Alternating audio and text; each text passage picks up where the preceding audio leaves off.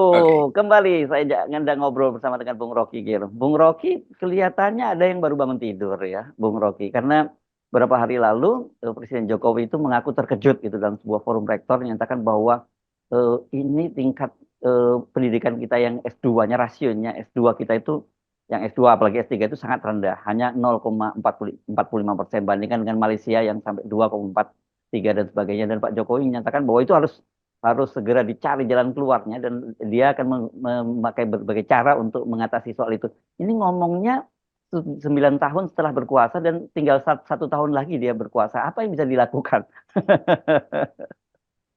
Kita lihat harusnya Jokowi mengerti 9 tahun lalu itu yang menjadi tugas dia tuh kan. Mhm. Bukan sekedar tugas dalam visi misi, itu tugas konstitusi. Konstitusi mengatakan tugas dari presiden adalah cerdaskan kehidupan bangsa. Siapapun presiden dia mesti cerdaskan kehidupan bangsa. Jadi kalau itu yang kemudian ya betul-betul dia lelap dalam mimpi, nggak jelas tuh mimpi apa Jokowi sehingga dia lupa untuk bermimpi memperbaiki kualitas pendidikan kita kan. Jadi itu pula yang menentukan mengapa Indonesia itu tetap nggak mampu compete di semua soal di Asia terutama tuh. Yang apalagi kalau diberitahu, Pak Jokowi selama pemerintahan Anda itu IQ kita itu tinggal 78%, loh tinggal 78 basis point itu. Mungkin oh saya baru tahu tuh. Jadi selama 9 tahun dia hanya memikirkan keluarganya, dia hanya memikirkan IKN, dia hanya memikirkan oligarki, dia tidak memikirkan perintah konstitusi. Ini aja udah cukup untuk kita bawa di meja pengadilan atau ke meja politik DPR. Bahwa Jokowi nggak melakukan tugas konstitusionalnya tuh. Ini ada data bahwa Jokowi berperilaku buruk di dalam bidang yang ditunjuk langsung oleh konstitusi, itu cerdaskan kehidupan bangsa. Apalagi kalau kita tambahkan pelihara fakir miskin, itu langsung hilang sebetulnya seluruh prestasi Jokowi kan. Jadi sekali lagi dia main-main dengan soal pendidikan. Padahal perintah konstitusi adalah sisihkan 20-25% untuk menghasilkan pendidikan yang bermutu tuh. Kalau kita lihat misalnya postur APBN kita sama dengan Vietnam, 20-25% itu diinvestasikan di dalam pendidikan, dan Vietnam itu jauh di atas kita dalam semua hal, bidang teknik, matematik, macam-macam itu. Jadi Jokowi memang sengaja membiarkan, kalau kita berpikir buruk, dan biasanya kita harus berpikir buruk tentang Jokowi, dia sengaja membiarkan orang tidak pintar supaya mudah disogok dengan BLT, kira-kira begitu kan. Kalau kita bikin kesimpulan cepat, ya itu kesimpulannya. Apa dasarnya Jokowi tidak mau cerdaskan kehidupan bangsa? Supaya setiap kali pemilu nanti, mungkin dia bayangkan pemilu sampai Gibran jadi presiden, lalu Kaisang jadi wakil presiden, lalu ganti lagi Kaisang presiden, lalu Yan Ete jadi wakil presiden. Jadi mungkin 30 tahun ke depan masih rejim Jokowi. Dan orang dilarang cerdas. Kalau cerdas itu pasti akan beroposisi kan. Jadi kita pastikan bahwa Jokowi gagal untuk memenuhi perintah dari konstitusi, itu cerdaskan kehidupan bangsa. Oke, nah itu kan baru ngomong soal S2. Bahkan ada yang jauh serius seperti Pak Jokowi nggak usah terlalu jauh mikirin S2 deh. Yang pendidikan dasar saja kan kita tuh jauh sekali kan. Yang Anda sering menyebutkan bahwa berapa 70% dari rakyat kita lulusan kelas 7 7 itu artinya kelas 1 SMP gitu, Bung Rocky. Ya itu statistik begitu. Pemilih kita itu rata-rata lulusan tidak lulus SMP. Dan Hmm. bagi mereka politik itu cuma nunggu BLT. Kan itu intinya kan. Kan Ya. mestinya secara statistik mesti ada lapisan masyarakat terdidik untuk mengolah demokrasi itu. Mesti ada kapasitas daya beli kira-kira 6.000, berapa itu, 6.000 dolar per kapita supaya demokrasi bisa maju. Itu kan dasar-dasar yang mengandalkan bahwa demokrasi memerlukan daya beli yang cukup dan ilmu pengetahuan yang cukup kan. Dua-dua itu digagalkan oleh Jokowi. Dengan kata lain, kalau saya buatkan rumusnya, Jokowi tidak mengindahkan perintah konstitusi. Pertama, cerdaskan kehidupan bangsa. Dua, pelihara fakir miskin. Akibatnya, demokrasi tidak bisa maju tuh. Karena untuk berdemokrasi mesti ada pertimbangan-pertimbangan khusus, yaitu kemampuan orang untuk mengevaluasi keadaan. Karena itu diperlukan suara kritis. Orang yang tidak terdidik, dengan kata lain yang menerima nasibnya tuh. Orang yang penghasilannya sedikit tidak mungkin berpolitik, karena untuk membahas di meja makan makan besok pagi dia udah nggak punya waktu. Jadi sekali lagi Jokowi betul-betul tidak punya kapasitas untuk mengatakan dia sukses. Yang dia sukses adalah dia membangun IKN, dan memang IKN itu berhasil. Kalau saya lihat memang pembangunannya gila-gilaan tuh, hebat betul. Kehidupan di IKN itu udah betul-betul bagus betul tuh. Di mana itu ada? Ya di laptop Jokowi adanya. Ini karena saya pikir ada serius tadi ngomongnya itu, karena gini kan, sekarang ini kan Pak Jokowi melanjutkan groundbreaking di sana, dan kemudian juga menyatakan bahwa sekarang ini bukan, kata dia, investor tuh bukannya tidak ada tapi sengaja disaring. Ini benar-benar, ini saya bingung deh membayangkan Pak Jokowi ini, karena sebelumnya dia mengakui tidak ada investor yang masuk, tapi sebelumnya lagi dia menyatakan subscribe, dan sekarang dia menyatakan bahwa ini betul-betul investornya disaring. Padahal kita kemarin tahu ada grup besar dari konglomerasi di Indonesia, Wing dan Jarum, yang semula diklaim sebagai investor di sana, ternyata mereka cuma beri CSR. Dan kalau memberi CSR ini kan, ya daripada gue diperes, diinjek-injek, didatengin terus capek, udah deh, oke deh, gue kasih CSR-nya ke sana deh, gitu. Ya itu yang disebut disaring. Akibat disaring maka yang masuk itu ya 0,00 sekian persen. Itu pun dalam negeri yang dipaksa. Investor luar negeri itu betul-betul nol. Kita baca data di semua media asing atau apa namanya ini, profil-profil dari pemerintah yang menyatakan ingin masuk dari Amerika, Jepang, Taiwan, segala macam, itu nggak ada yang udah masuk ke Indonesia. Jadi itu nol, Pak Jokowi. Yang Anda sebut disaring, yang masuk itu nol. Kalau dari dalam negeri nggak perlu disaring, Anda tinggal perintahin kok, bahkan Anda bisa proses mereka. Tetapi kan ukurannya adalah investor asing yang sampai sekarang berapa, MOU-nya ada 500, yang masuk itu nol.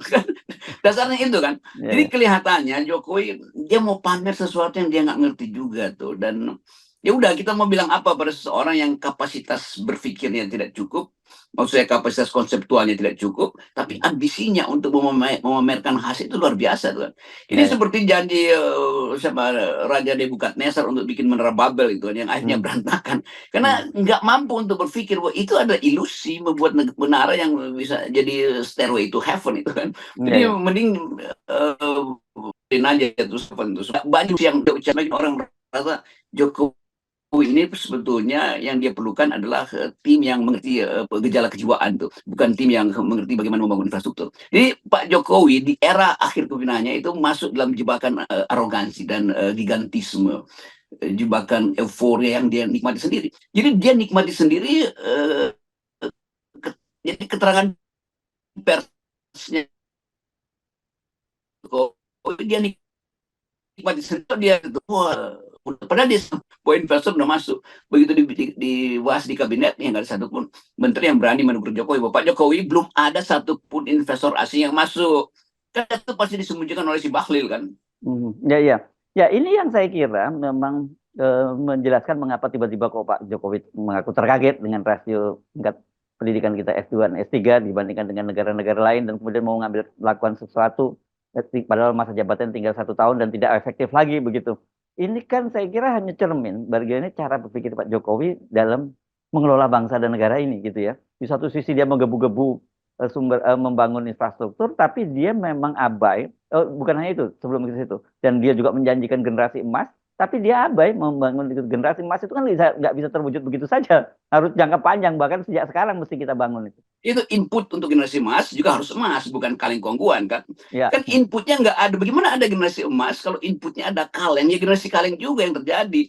Jadi bagian-bagian strategis dari bangsa ini, kalau kita hitung misalnya dari era Bung Karno, kita tidak punya cukup uang, tetapi tradisi belajar itu dipaksa karena kita ingin melawan cara berpikir kapitalisme. Sampai dengan Orde Lama bahkan itu tradisi berdebat antara mereka yang pro komunis dan mereka yang pro masyarakat bebas itu terlihat di dalam debat Semani Kebu, forum-forum kebudayaan tuh, perang antara apa namanya, koran komunis, koran apa namanya rakyat, dan koran-koran liberal itu terjadi.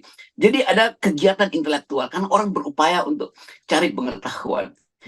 Sekarang di era Jokowi nggak ada orang yang ingin cari pengetahuan dalam perdebatan karena dianggap kalau kita berdebat, Jokowi juga nggak ngerti kok perdebatannya apa kan. Lain di era Bung Karno, perdebatannya dikenali betul karena Bung Karno selalu intervensi dalam perdebatan, ikut serta untuk berdebat minimal setiap bulan Agustus Bung Karno mengevaluasi kehidupan intelektual kita melalui pidato-pidato yang berapi-api dan dengan logika dan dialektika yang bagus. Pidato Bung Karno yang dibukukan dalam 3 jilid di bawah bendera revolusi. Nah, selama Jokowi udah 9 tahun, bahkan benderanya pun nggak bisa dimunculkan. Bendera apa yang mau dimunculkan Jokowi?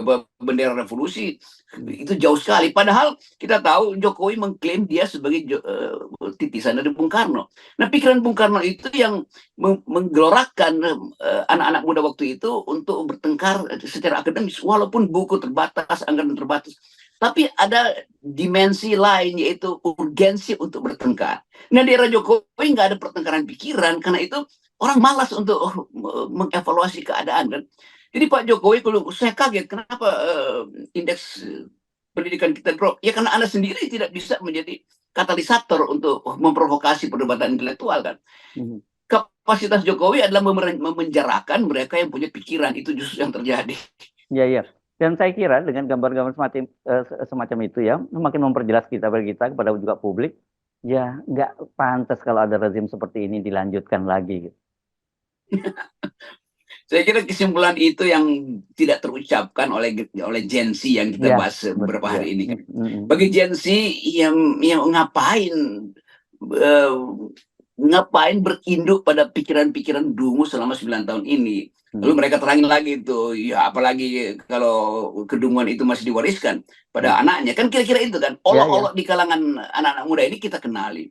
Tapi kita mau tutup itu dengan mengatakan, udah itu adalah masa lalu yang buruk di kita. Dan kita terangkan kembali bahwa sejarah selalu menumbuhkan pucuk-pucuk baru. Tunas baru pasti muncul, tetapi setelah kelopak yang lama itu gugur dulu. Jadi memang itu yang akan terjadi. Sejarah akan menuntun kembali kita untuk menemukan bahwa ada pikiran bermutu di kalangan Gen Z yang sedang ditumbuhkan oleh sejarah.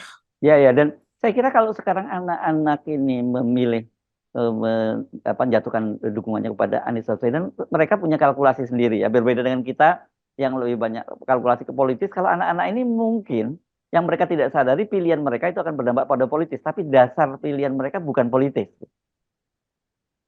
Saya kira itu, tetap dia lihat figur Anies itu, ya seorang yang, ya dia politisi, tapi dimensi pedagoginya tinggi sekali gitu kan, dimensi untuk mendidiknya tinggi sekali. Tentu kita tahu bahwa ada masalah Anies dengan Partai Demokrat, ada masalah Cak Imin dengan kardus segala macam begituan. Tapi kita nggak bisa paksakan dimensi itu masuk ke dalam pikiran Gen Z ini kan. Bagi Gen Z dia lihat, ya ada kelucuan-kelucuan dalam politik, atau ada hal-hal yang tidak etis, tetapi bagi mereka yang ada di depan mereka itu yang akan mereka jadikan acuan pertama tuh. Bahwa nanti mereka berpikir ulang itu nanti aja, mungkin setelah Anies terpilih dia berpikir lagi tuh. Tetapi buat sekarang perbandingannya jelas. Pilih Anies atau pilih Gibran, kan begitu dasarnya kan. Prabowo bagi mereka ya itu bukan soal lagi Prabowo. Yang mereka persoalkan selalu ada kegibranan, faktor Gibran di dalam politik anak muda ini itu kayak tulang yang nyelip di antara geraham itu, bikin mereka kesel. Ya, saya kira apa ya? Kita kalau kemarin kita sebut menyinggung ada Streisand effect, kalau ini Gibran effect gitu ya. Ya, ini efek Gibran ini membatalkan seluruh keinginan kita untuk melihat Indonesia. Jadi anak-anak muda mungkin merasa malu banget gue kalau ada Gibran dalam politik, apalagi diintai oleh masyarakat internasional lalu bertanya, ini orang datang dari mana kira-kira kan? Jadi walaupun kita tahu apa yang terjadi di otak Pak Jokowi sehingga nekat untuk mengajukan sesuatu yang akan dibatalkan oleh sejarah, kan itu dasarnya kan? Ya. Saya nggak ngerti membayangkannya seperti apa, tapi kalau meminjam puisi, salah satu puisinya Pak Taufik Ismail kan dulu ada puisi malu aku jadi orang Indonesia. Saya nggak tahu bahasanya Gen Z ini apa yang mereka ekspresikan gitu ya. Dalam bahasa Koreanya seperti apa? Saya nggak paham. Iya, malu aku jadi orang Indonesia dan muak kami melihat istana dikuasai oleh